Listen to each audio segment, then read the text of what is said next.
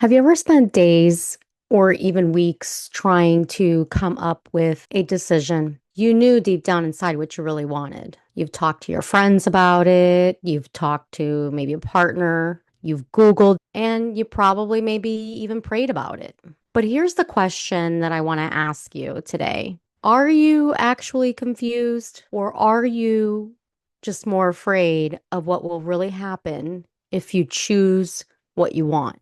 Those are two very different things. Sometimes the I don't know what to do really means I know what I want to do, but I'm afraid somebody isn't going to like it.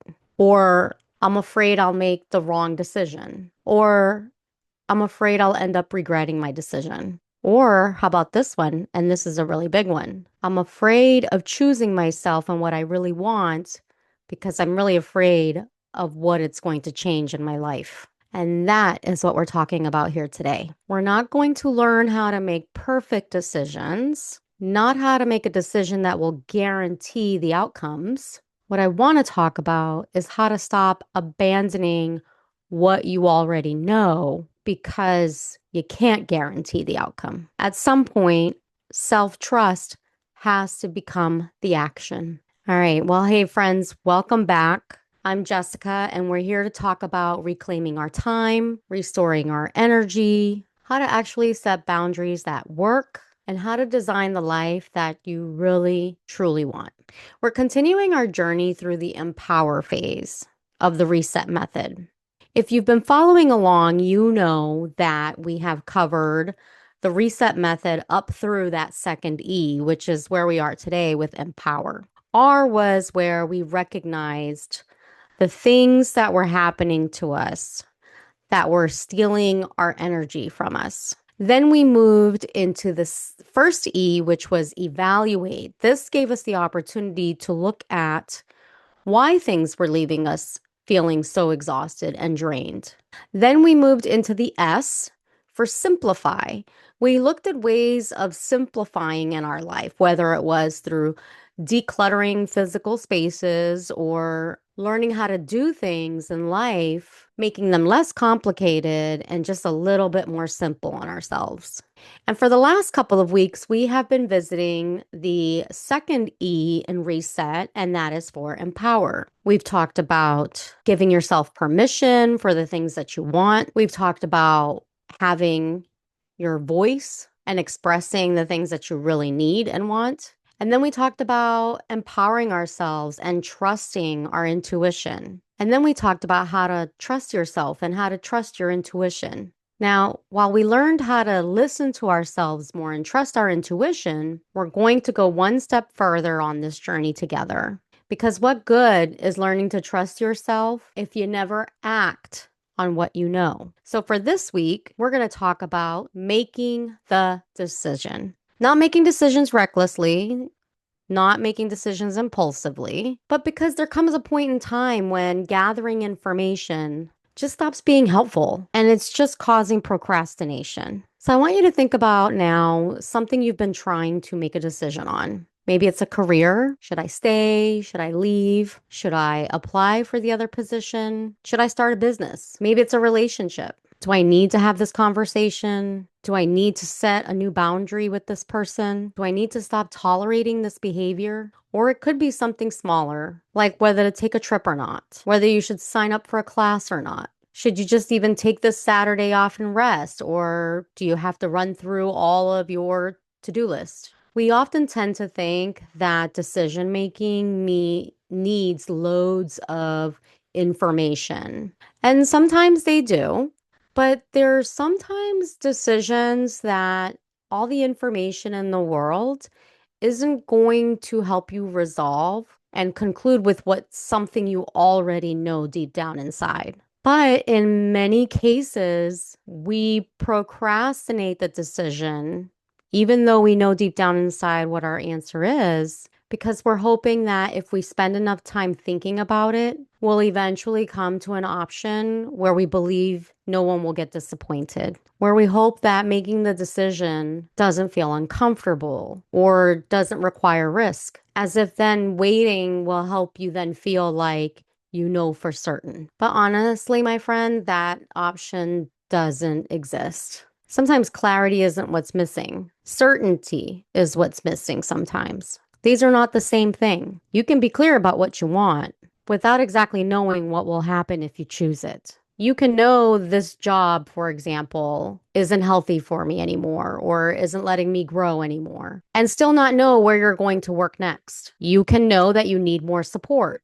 without really knowing how someone's going to respond if you ask for that help. You can know that you don't want to keep living like this and still not have the next 5 years mapped out. And then we think to ourselves, if this was the right decision, then I wouldn't feel so afraid. But no, sometimes the afraid feeling comes from the fact that this decision really matters. Courage isn't about being certain. Courage is about deciding what matters enough to move forward despite anything else. Okay, so let's talk about why such amazing, capable women second guess themselves so much. I'm talking to my professional ladies out there. There's an interesting contradiction that happens. You can be extremely competent in your professional life, but still struggle with trusting yourself. You're great at managing teams, solving complicated problems, taking care of others on the team. You can lead whole organizations. You can raise a beautiful family, handle an emergency at the drop of a dime. Heck, people are coming to you for answers on a regular daily basis. And then you still find yourself at home thinking, I don't know, what should I do? Why do we do that? It's because we've learned for so many years how to consider everyone else. And this is not a bad thing because empathy is beautiful. Compassion matters. Relationships are important. But there's a difference between considering other people and requiring their approval. Somewhere along the way, we've learned to just be agreeable, to not be difficult, to not disappoint people, to not make anyone uncomfortable, to be helpful, to be accommodating, to be grateful, and to definitely not be selfish. And now, when you're faced with a decision, instead of asking ourselves, what is right for me, our brain immediately goes to what it knows, and that is, how will this impact everyone else? And suddenly, a decision that is really actually incredibly clear suddenly becomes incredibly complicated. Because now you're not just making your decision. Now, in your mind, you're trying to manage everyone else's reaction to the decision. This is exhausting. More importantly, there's so much there that you can't control. Someone may be disappointed. Someone is going to disagree. Someone may not understand. Someone is even going to think you're making a mistake. And you can still make the decision that is right for you. Empowerment and taking action doesn't mean that you don't care about everyone else. It just means that I no longer exclude myself from the list of people who matter. Okay, so when overthinking looks like responsibility, this can be sneaky because sometimes overthinking doesn't feel like fear. Sometimes overthinking just feels responsible, doesn't it? I'm just being thorough. I want to think this through. I need to make sure that I have considered everything. And again, thoughtfulness is good, but eventually you have to ask, am I still gathering useful information or am I looking for reassurance from others? Those aren't the same thing. Information gives you something new. Reassurance gives you temporary relief. Reassurance gives you temporary relief from having to trust yourself. Think about it. You ask friend number one, she says, I think you should do it. You feel good. You feel good about her telling you that. Then you talk to friend number two about it, and they give you a slightly different answer. Now you might be feeling even more confused, or maybe guilty, or just back to square one. So now you go and talk to friend number three. Then you go watch videos on the subject. You might read some postings or articles about it. Now you've got about 17 different perspectives bouncing around in your head. And then the voice that becomes the hardest to hear in all of that noise is your own. There is nothing wrong with asking for others to give you counsel on it. I do it. I mean, we all need perspective, but after you've gathered what you genuinely need, you have to come home to yourself because ultimately you're the one who has to live the life that's been created by that decision. So let's talk about the big one. And that is, but what if I'm wrong? What if I choose the new job and I hate it even more? What if I leave this job and I regret it? What if I set that boundary in that relationship and the relationship changes? What if I actually invest in myself and it turns out to be a waste of time or money? What if? What if? What if? Here's something that has helped me and other women that I've talked to change how they think about decision making. A decision does not have to produce the outcome that you expected in order for that decision to have been worth making.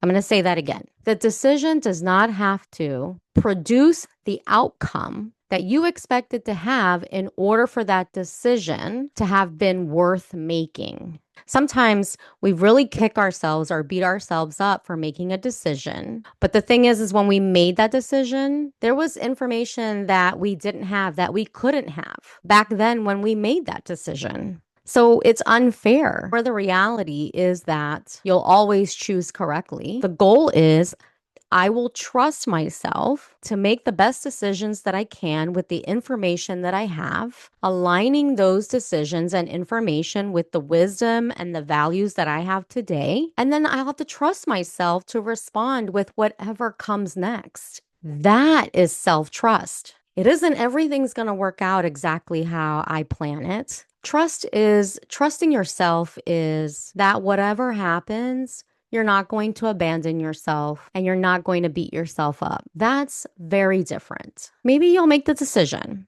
and then maybe you'll change your mind again later. That's okay. You're allowed to. Maybe you went and tried something and you realize that that's actually not for you. That's okay. That's information. That's you growing and learning. Maybe you set a boundary and somebody doesn't like it. That doesn't mean that the boundary was wrong. Maybe you pursue something and maybe you failed at it. Failure doesn't mean that you were foolish to try it. Sometimes we just put so much pressure on making a decision that we obsess over it as if our life depended on it. But most decisions don't. With most decisions in life, you can adjust, you can adapt, you can learn, you can pivot, you can always try or start again. All right. Well, I want you to try noticing something this week. How often during the week, and I want you to just pay attention to yourself, how often during the week do you talk yourself out of something? Like, for example, I'm tired, I'm exhausted, I need a break. But then, oh, let me just get this done. I should get this done. Or how about, no, I really don't want to commit to that, you're thinking. And then you're like, well, I'm going to do it because if I don't, they're going to be disappointed in me. Or pay attention to when you're feeling like something doesn't feel right about a certain situation. And then you're like, oh, maybe I'm just overreacting and you dismiss it. Or how about this one? How about I want something different for my life? And then you're like, oh, I should just be grateful for what I have. Do you see that? Do you see that pattern? Your voice speaks, but then your conditioning answers. Your body is saying enough and your guilt is saying keep going. Your intuition is telling you no, but your people pleasing is telling you yes.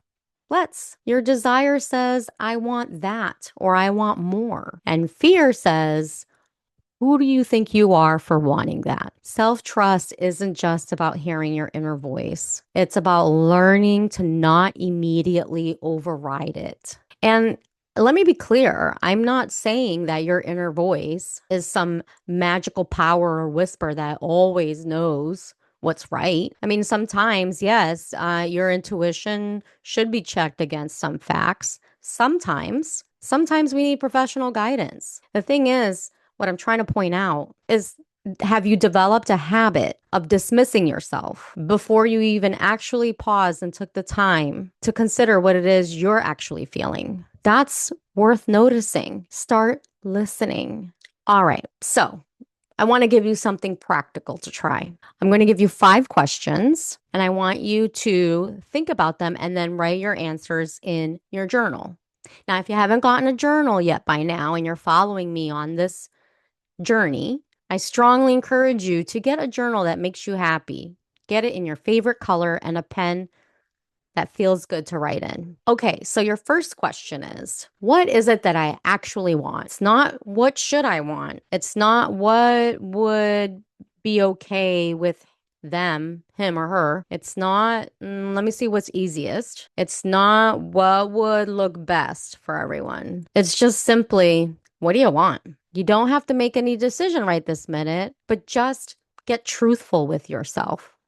That's the action right now. You might come across something that surprises you. Okay, so write that down. Here's question number 2. What am I afraid of will happen if I choose that? This question is really powerful because sometimes the decision isn't the problem. It's the anticipated reaction that we play in our head that is the problem. Because sometimes we're worried that our family will think we're selfish, or my coworkers will be upset with me, or my partner won't understand, or people might judge me. I might fail. Now, that if you get honest with yourself and realize that those are the thoughts that you're having, you've come across a real issue there. Now you found the root of your decision-making problem. You don't necessarily need more clarity. It's not a clarity issue. You just need a little bit more courage. All right, so the next question I want to ask you to consider and write about is to ask yourself, am I seeking reassurance versus information? What information are you genuinely missing from your decision making? Name it. What information do you need? Maybe you need numbers, like financial numbers for your decision. Maybe you need to understand a policy a little bit more or a law a little bit more. Maybe you just need an expert to give you advice. All great things, and go get that information. That's important information. But if you have all the information that you need at this point, consider whether your waiting is more based on waiting for others to tell you it's okay.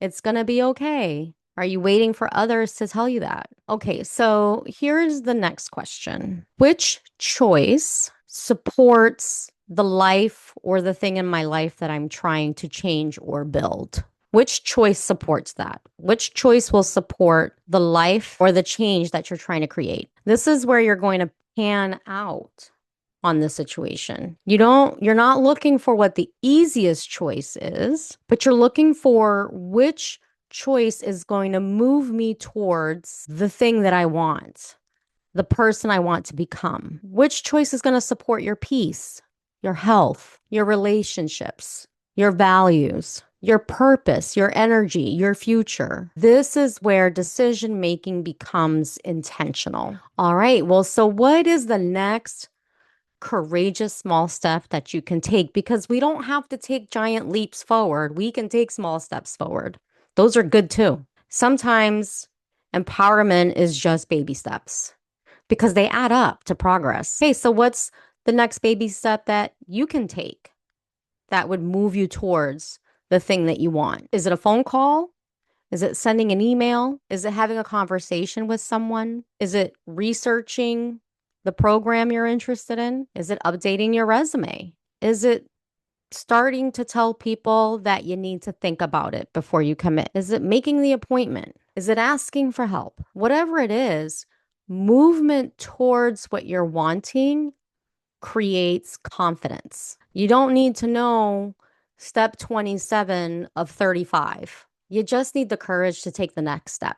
All right, so I want to leave you with something. Think about the decision that's been sitting quietly in the back of your mind. Has it been there for weeks or months or longer? But just ask yourself now, if no one was going to be disappointed in me or judge me, if I knew that I could handle whatever happens next, what would I choose then? What comes up for you when you ask yourself that? Don't rush past this point, because sometimes we ask ourselves these questions and we think we know the answer and they come up pretty fast. And then our brain spends the next 3 weeks arguing with that idea. Just ask yourself the things that we've talked about here today and give yourself a moment to feel and think about what comes up. Okay, so for this week, I'm not asking you to make any big decisions, but what I want you to practice is something a little bit smaller. When you want what you want, don't immediately go to shutting yourself down. Sit with it, explore it, honor it, respect it. And when you have the information that you need, make the best decision that you can. Then move on it. We can spend years waiting to feel ready while life just keeps passing us by. So take action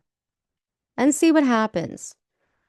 And it's okay. Be ready to adapt. Be ready to pivot. Be ready to change your mind. All right. Well, we've spent the last 4 weeks navigating through and building up our empowerment bone. We've talked about not waiting for permission. We've talked about our voice matters. And then we talked about trusting yourself and your intuition. Now we've talked through making the decision and taking action. That's an empowered woman. It's not about being fearless. It's not about becoming selfish. It's not about never questioning yourself again. Empowerment is just knowing that your life matters too, that your needs and your voice matter, and that your wisdom is there.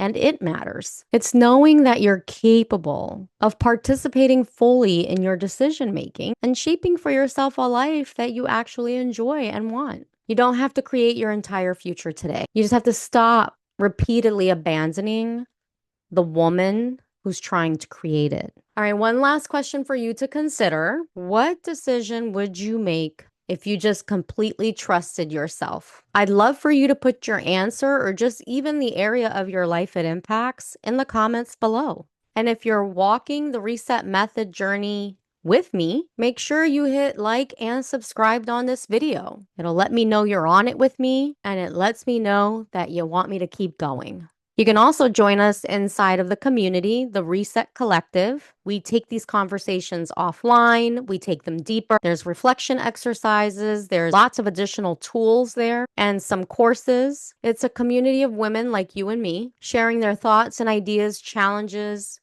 what works, what doesn't work, as we reclaim our time, our energy, our peace, and our joy. And remember, you don't need to have everything figured out. You don't need everybody to agree. You don't need absolute certainty. Sometimes you just already know. And now trust yourself enough to take that next step. All right, I'll see you next week.